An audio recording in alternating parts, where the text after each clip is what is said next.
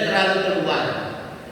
Kalau rujuk ilallah wa rusul, ya rukun Islamnya tetap 5, rukun imannya ya tetap 6. Kalau sudah keluar dari itu, ya saya tentu saja kalau sudah keluar dari rukun Islam yang 5, keluar dari rukun iman yang 6, Islam itu tak bisa saja. Itu sudah masuk ke aliran sesat. Misalnya ya, itu belum sah Islam seorang kalau tidak dilakukan begini-begini, wah itu ya sesat aja. Itu sudah keluar dari ar-rujuk ilal Quran was sunnah.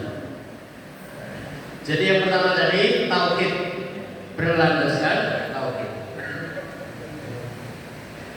Yang kedua ar-rujuk ilal Quran was sunnah, kembali kepada Al-Quran dan sunnah. Yang ketiga, dibuka ruang untuk melakukan ijtihad dan dibuka ruang untuk melakukan tajdid. Dibuka. Jadi kalau ada nyunseu dalam tanda kutip, kalau kita belajar ilmu fikih, ilmu usul fikih, ketika kita bicara qila wa qala, ada mazhab A, mazhab B, mazhab C, mazhab D dan seterusnya, maka itu belum menutup ya. Sebab apa? Sebab permasalahan yang terjadi di waktu itu dibanding dengan permasalahan yang terjadi sekarang, tentu masih banyak hal yang belum terjawab. Misalnya sekarang perlu ada fikih digital, perlu perlu. Dan seharusnya itu majelis takdir segera membuat. Sampai saya itu belum. Iya. Itu sangat perlu. Ada akhlak berdigital, ada fikih digital. Ya. Seharusnya itu ada.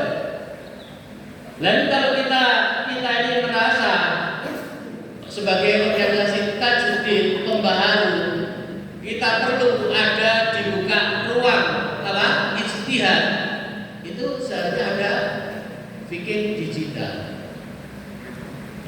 Kalau yang tadi saya sampaikan tadi di masa lalu dan kita ke depan itu beda dikit-dikit. Misalnya keluarga bencana, misalnya di masa sahabat itu ada namanya azan, sudah ada. Di masa sahabat sudah ada azan. Yang tidak terjadinya pertemuan antara sel sperma dan ovum, itu sudah di zaman dulu ada azan. Kemudian dikembangkan, sekarang ada macam-macam. Ada berbagai macam alat kontrasepsi. Tapi pada dasarnya antara azan di zaman sahabat Rasulullah dan yang dilakukan sekarang itu sesungguhnya adalah itu kontrasepsi. Bagaimana supaya tidak terjadi pertemuan antara ovum dan sperma. Sama, cuma caranya aja yang berbeda. Maka ketika dirujukan kepada pendapat-pendapat mazhab di masa lalu, itu masih ada pendapatnya Imam ini seperti ini, pendapatnya ini ada. Ditarik, prinsipnya sama, tidak terjadinya ketemuan itu tadi yang disebut kontrasepsi. Dan kemudian dalam era sekarang itu macam-macam. Nah, era sekarang kemudian menjadi aneh lagi kalau ada usulan agar anak-anak SMA dikasih apa? Wah, masalah juga ya. Nah ini yang kemudian jadi masalah. Ya. Ini yang kita ini ya. Jadi yang ketiga tadi saya ulangi lagi. Yang ketiga, dibuka ruang untuk berijtihad dan dibuka ruang untuk melakukan tajdid. Maka di situ kaidahnya adalah tetap al-muhafadzah ala qadimis sholih wal akhdu bil jadidil afdal. Di menjaga produk-produk di masa lalu yang sudah soleh, yang sudah bagus. Kalau kita misalnya mengutip pendapat mazhab A, mazhab B, mazhab C, tidak apa-apa. Kenapa? Karena para imam-imam mazhab itu adalah mereka yang memang tahu betul bagaimana cara mentafsirkan Al-Quran, mereka paham betul bagaimana kaidah-kaidah usul, mereka paham betul bagaimana kemudian implementasi kaidah usul dalam menjawab hal-hal yang terjadi di masyarakat. Kita ini kadang-kadang hal kecil kadang-kadang ya blunder ya. Misalnya bahasa tentang mencuri. Mencuri itu seperti apa ya? Korupsi itu termasuk mencuri apa enggak ya? Ya. Bahasa mencuri. Ini kita bicara fikih ya, bicara fikih. Karena ini tadi diberi ruang untuk berijtihad dan melakukan pembaharuan. Saya pernah tanya, sejarah mencuri itu apa? Ada anak yang jawab, mahasiswa yang jawab itu. Ketika kita diadakan mahasiswa jawab, itu Pak, mengambil barang yang bukan miliknya. Mengambil barang yang bukan miliknya. Terus saya tanya lagi, kalau ada uang 200.000 tergeletak di jalan raya, kemudian saya ambil uang itu saya mencuri apa enggak? Jawab mahasiswa saya, betul Pak, itu penjenengan temong. Sampai kalau jadi mengambil barang yang bukan miliknya. Iya kan? Kok begitu saya ambil, betul Pak, itu penjenengan temong. Nah terus mencuri itu gimana? Misalnya lagi di tempat saya ada kelapa jatuh, kemudian kelapa yang jatuh itu saya ambil, itu saya mencuri apa enggak? Betul Pak, itu penjaringan ngomong. Tapi kalau di perkebunan yang sudah dikasih batas, pagar, dan ada kelapa jatuh, saya mengambil, saya mencuri apa enggak? Mencuri ya? Iya. Nah, kemudian kalau ada orang mengambil sesuatu, misalnya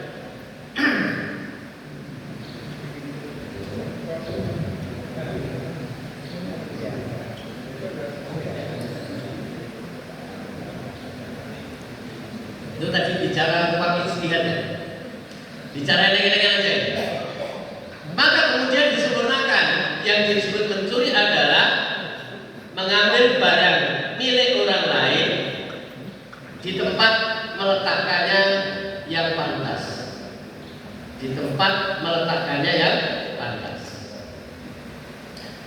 Maka kalau seperti ini, ada sepeda motor yang diparkir di depan Indomaret atau Alfamart atau di depan sekolah, diambil orang, mencuri apa enggak? Mencuri. Kalau ada uang di halaman sekolah diambil orang lain, mencuri apa enggak? Nembok. Nah, maka kemudian ketika kita bicara kaidah usul fikih, terus kemudian dibandingkan kalau kita baca KUHP dan sebagainya, itu kemudian kaidah itu menjadi penting. Maka korupsi itu kalau di KUHP ya, korupsi itu kalau di KUHP apa? Ya, penyalahgunaan wewenang ya, penyalahgunaan kewenangan ada 4 unsur. Penyalahgunaan keuangan yang dapat merugikan negara dan memperkaya diri sendiri atau orang lain. Jadi penyalahgunaan kewenangan yang karena disalahgunakan itu dapat merugikan negara dan kemudian apa? Memperkaya diri sendiri atau memperkaya orang lain. Itu disebut apa? Korupsi. Mencuri apa enggak? Kok yang mencuri Pak. Jadi kok yang mencuri. Apalagi ya saya ideal yang mencuri. Oke, itu Pak. Jadi karena tadi ada bicara tajdid tadi, ijtihad tadi, karena ada bicara ijtihad.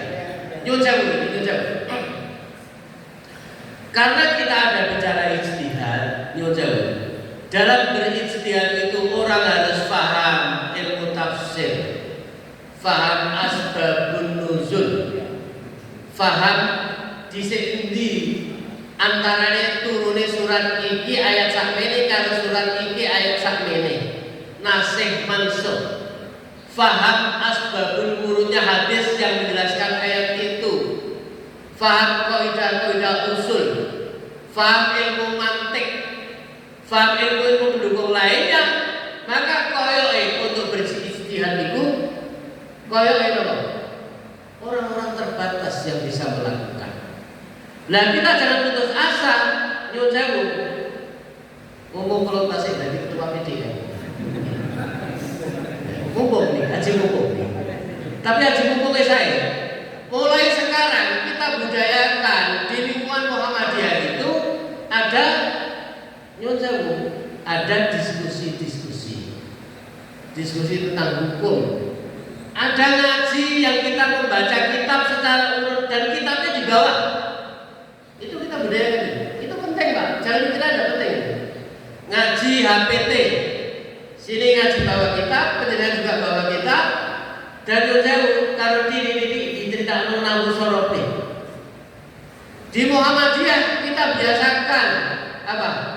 Simaan Quran kita biasakan.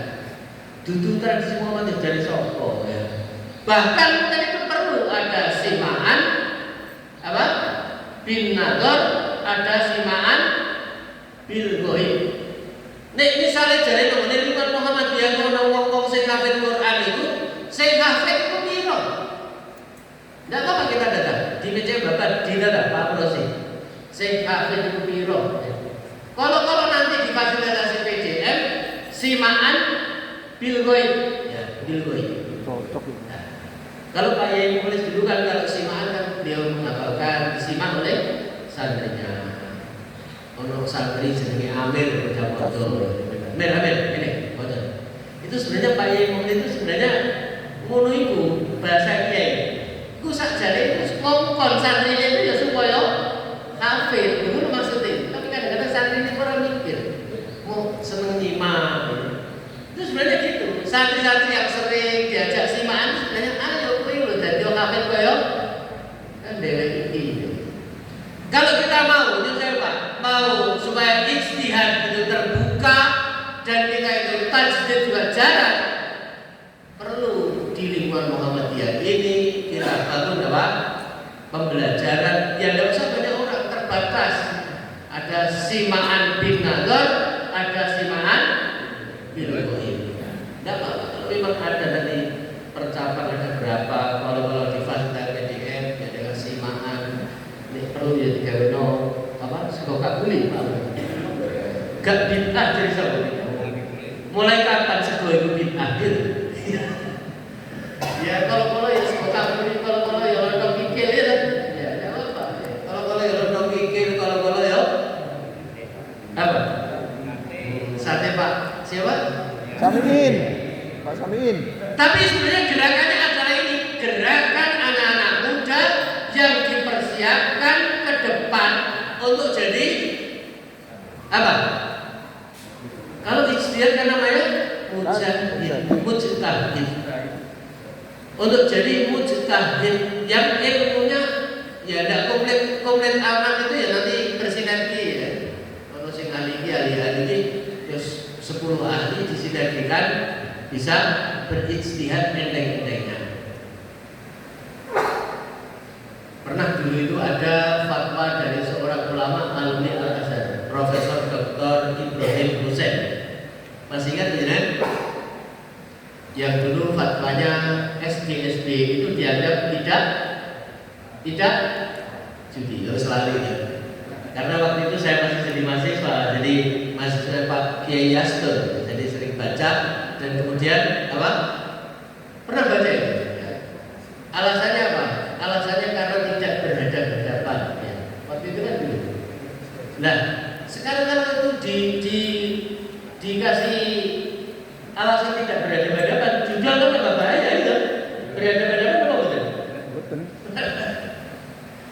Nah ini kalau kita mau masuk ke ini Islam berkemajuan, yang indikator ketiga adalah diberi ruang untuk berijtihad dan diberi ruang untuk tajdid, dan kemudian orangnya menjadi mujaddid, ada mujtahid, ada mujaddid, dan produk dari ijtihad itu adalah pembaharuan-pembaharuan yang tidak dikunci oleh pakem, ya.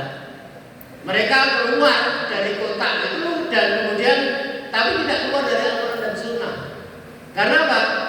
Karena nanti kita kembalinya pada Al-Quran dan Sunnah itu sesungguhnya adalah risalah itu diberikan adalah untuk yang indikator terbelakang nanti untuk rahmatan lil alamin.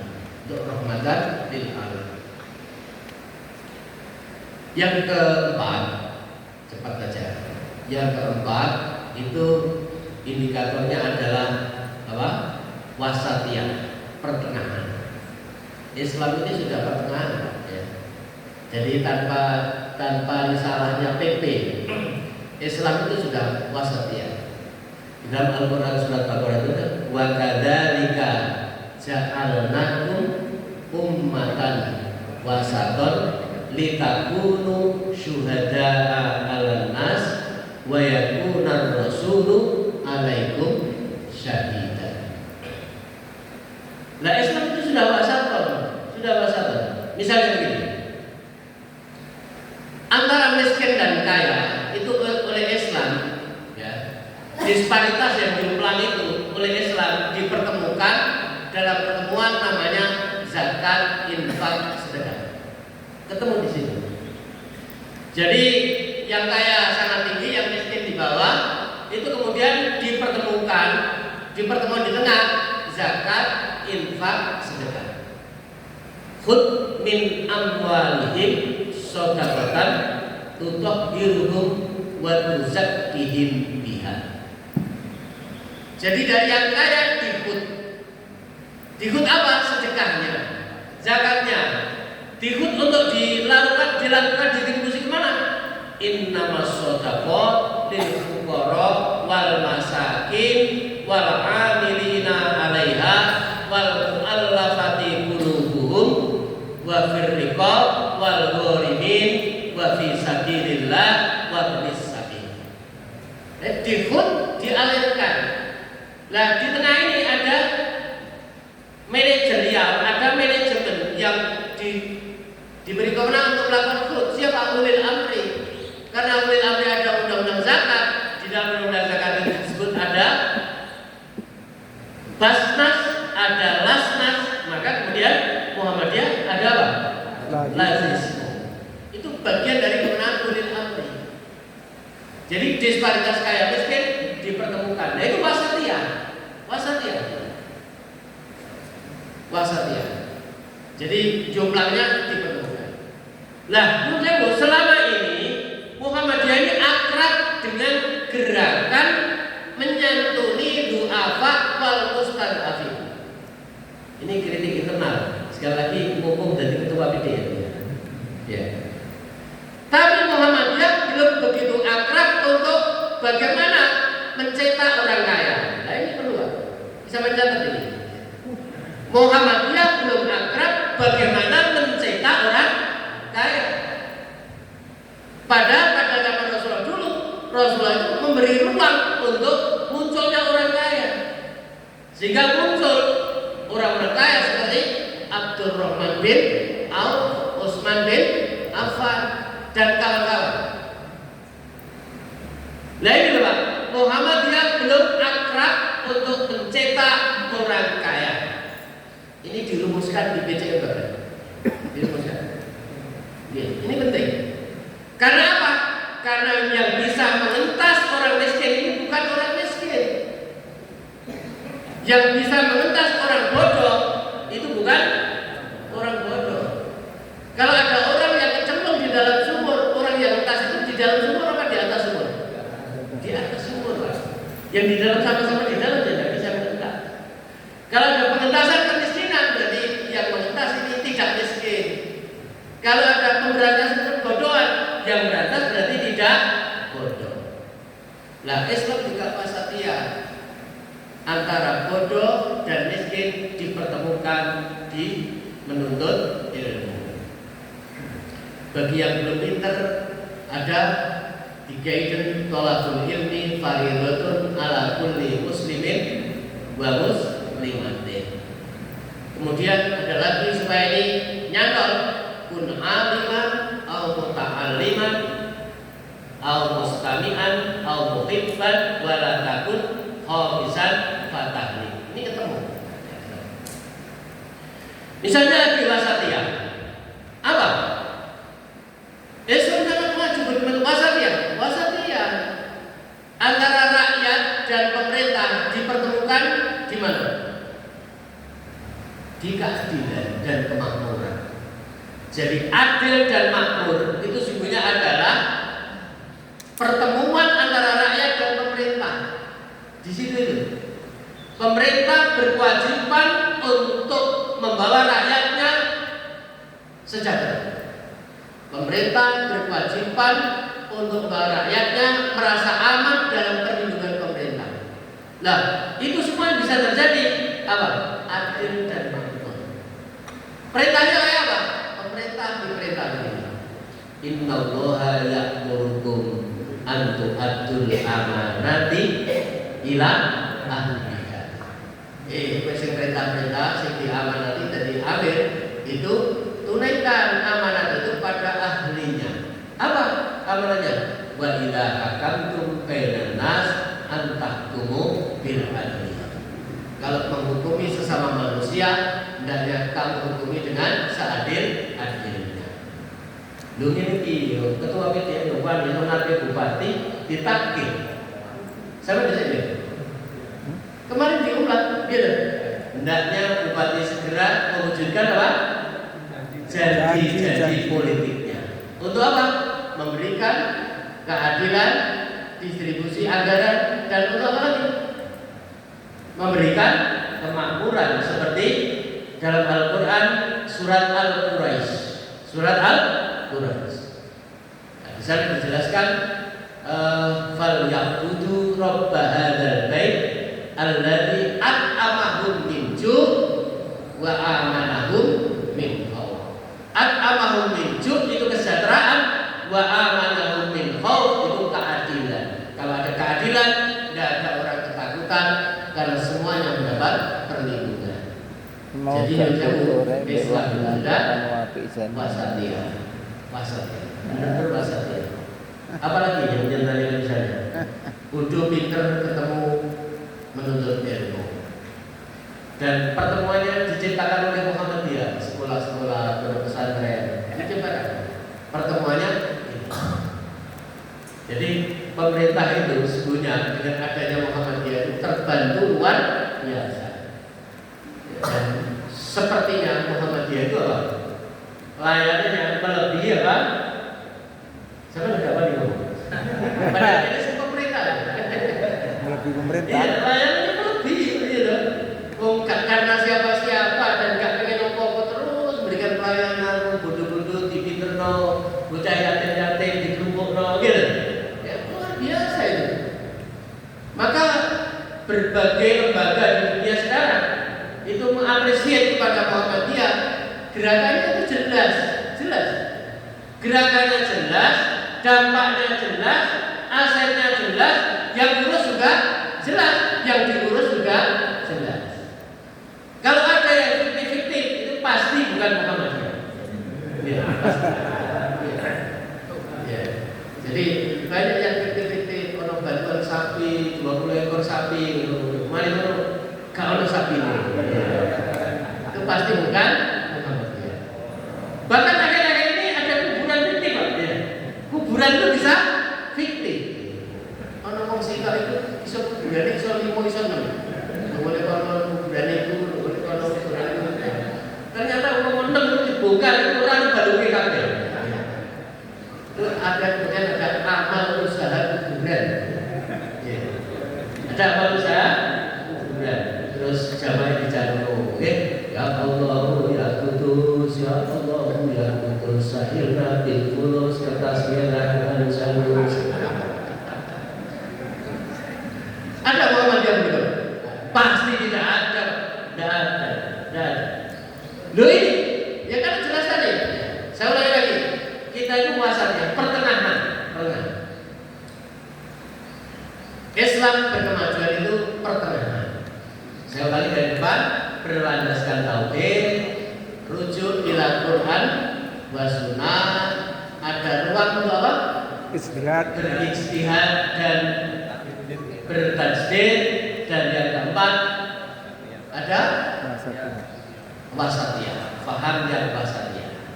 Jadi kita bukan komunis, kita juga bukan materialis. Dalam hal kita berekonomi itu paham pertengahan. Kalau komunis kan, ya, kalau komunis itu teorinya Karl Marx dan wa'ala alihi washabihi ajma'in, kan nanti dalam hal sama sampai nanti prakteknya tidak ada hak milik. Semua adalah dalam proses apa? Kesetaraan. Kalau teorinya materialis yang berangkat dari apa?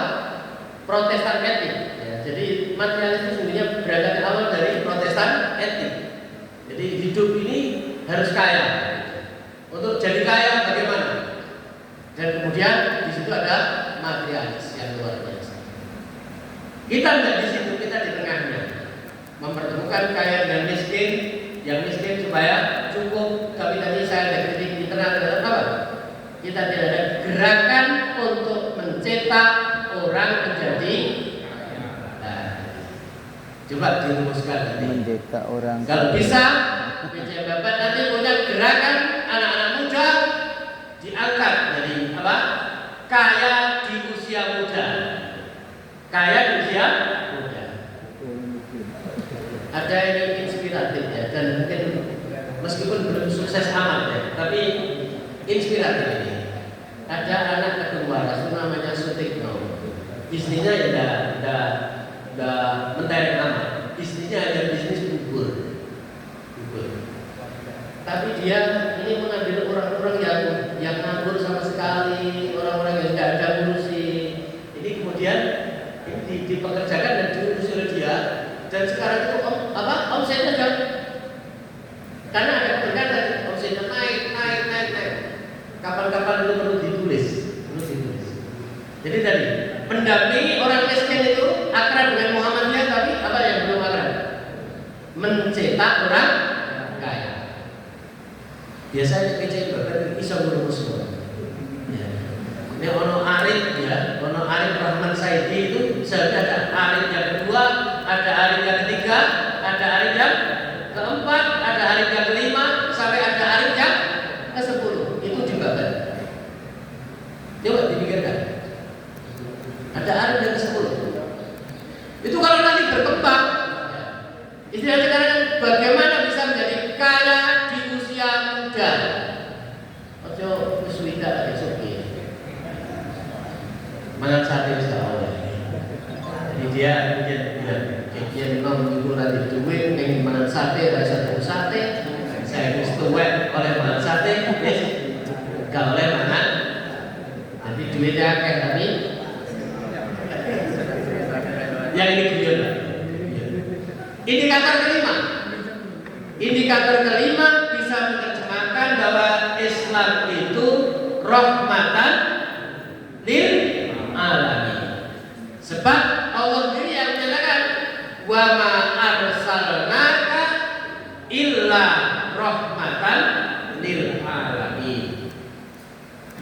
Wa ma arsalna lan aku orang utus kamaran Muhammad illa kejaba rahmatan lil alamin, diutus kowe iku iso rahmati alam semesta. Dan itulah yang diterjemahkan dalam kita mengamalkan Islam ini. Merahmati kepada kehidupan manusia, merahmati pada kehidupan lainnya, merahmati lingkungan, merahmati laut, ya, merahmati pertambangan dan seterusnya. Maka ketika ada Muhammadiyah bergerak bergerak di bidang pertambangan kaget kalau Muhammadiyah lihat. Kadang-kadang saya itu lihat orang Muhammadiyah kok jaring-jaring ya. Apa jaring itu? Ya, jaga image ya. Ngurung koyo-koyo. Kenapa masuk pertambangan itu enggak boleh? Ya seharusnya kita masuk, Pak. Seharusnya kita masuk. Kita biar tahu bagaimana mengelola pertambangan yang benar ya. Sing Trenggalek itu kita menolak kok memang di Trenggalek ada kasus pertambangan yang tidak mengenakan warga. Yo kasus Trenggalek terus bisa menjadi apa? Justice untuk pertambangan lain. Nah, pertambangan kita harus masuk. Jangan dikira pertambangan itu tidak menguntungkan. Ya. Ada di Lamongan orang yang bilang dikasih 3 gunung. Ya. Gunung yang satu di Lamongan, yang satu di Bojonegoro, yang satu lagi di Jawa Tengah. Itu disampaikan di publik waktu kita di Polres dikasih 3 gunung oleh Pak Hartawati. Nah, ditambah yo halal yang diberikan oleh yang memiliki otoritas untuk memberikan. Berarti mungkin ya ada hitam putihnya yang memang itu secara legal ditambah. Loh kalau misalnya kita bisa masuk ke situ, loh kenapa enggak? Pertambangan itu luar biasa. Tapi yang penting bagaimana kita menambah tapi masih rahmatan lil alamin. Penduduk di sekitar pertambangan tidak bisa diopeni dengan baik, bukan diusir dan disingkirkan. Mereka yang dalam tanda kutip miskin tidak bisa disentuh. Tapi kalau pengen mau ke Indonesia Timur, Pak, ya, orang Indonesia Timur itu sebenarnya kaya raya luar biasa.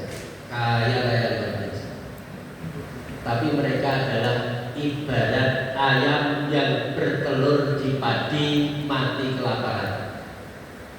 Karena mereka tidak tahu kalau padi itu bisa dimakan dan tidak tahu bagaimana caranya makan padi. Kalau ada sedikit aja sisa mereka itu, terus ya kesukaannya kemudian gede dan hal-hal lain yang tidak manfaat. Jadi majunya itu lama. Maka lagu Indonesia Raya itu benar, bangunlah jiwanya, bangunlah badannya. Kalau mindset jiwanya ini belum dibangun, yang saya dibagi piro ayo, ya hilang. Tapi kalau mindset jiwanya sudah dibangun, bangunlah jiwanya, bangunlah badannya, yang menjadi apa? Bahwa Islam ini rahmatan lil alamin. Insyaallah di kemauan sing kula sampaikan sore iki bil menawi wonten sing pengen taklet nggih kula teko, tapi umpami boten sing taklet nggih karena sore kula cepat balik tenan. Tapi nek sing taklet nggih boten apa-apa. Boten wonten? Wonten nggih alhamdulillah. Alhamdulillah ketika ada boten sing ngacung nggih.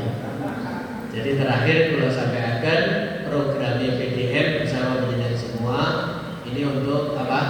Mengangkat ekonomi jamaah. Mulanya kula ngomong bagaimana kita mencetak orang kaya. Jadi ojo tabu karo wong sugih, ojo tabu. Nek iso sing sugih tambah akeh. Terus ojo cemburu karo wong sugih. Kenapa kok sugih? Lah itu ditiru. Ya ditiru. Kenapa kok sugih? Ternyata wong sugih itu tangine peteng. Jangan dikira. Romo-romo tangi itu wis tani. Iya. Tangine peteng, mergo model jaga layang, gitu. Nek gak tangi peteng ya harus di pasar ya. Tangine peteng jam 2 bengi wis tani. Terus beli bibit ruame, tangine peteng, wong sugih tangine peteng. Ya. Nomor 2 wong sugih itu sregep. Sregep itu cara apa dong? Petel, akas, nyambut gawe ini apa? Satset, bandel, nyambut gawe. Orang lumah itu apa? Dia lumah. Malas, kesek. Nomor 3, wong sugih niku kok gak kaget nyekel duwe akeh. Masa duwe akeh ya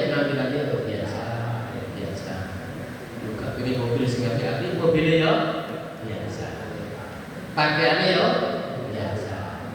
Lho nek iso ngono ya awet sugih Pak. Awet. Iya.